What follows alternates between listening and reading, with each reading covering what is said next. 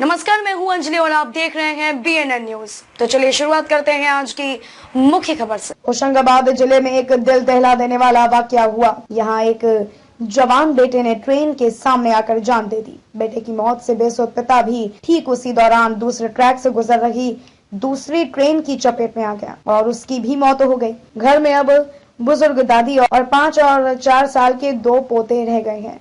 बहू यानी बच्चों की मां पहले ही घर छोड़कर जा चुकी थी। रोंगटे खड़े कर देने वाला ये वाकया सुहागपुर के मारूपुरा में हुआ।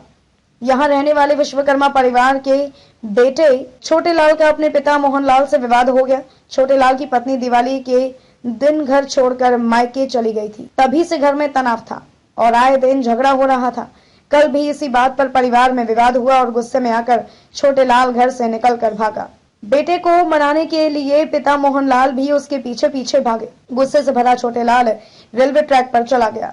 वो खुदकुशी करने पर आमदा था। पिता उसे समझा रहे थे, लेकिन तभी ट्रेन आ गई और छोटे लाल उसकी चपेट में आ गया।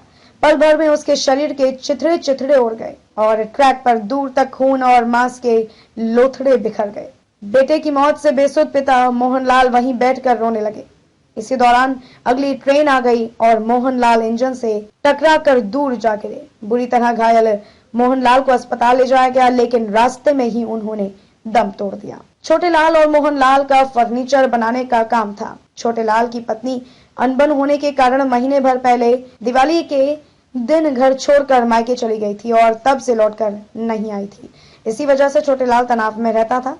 घर में उसके 3 और 5 साल के 2 बेटे हैं। छोटे लाल अपने दोनों बेटों और माता पिता के साथ रह रहा था। अब पिता पुत्र की मौत के बाद दोनों मासूम बच्चे और छोटे लाल की मां घर में रह गए हैं। खबरों में अब तक के लिए बस इतना ही। मिलते हैं फिर ऐसी ही किसी बड़ी खबर के साथ।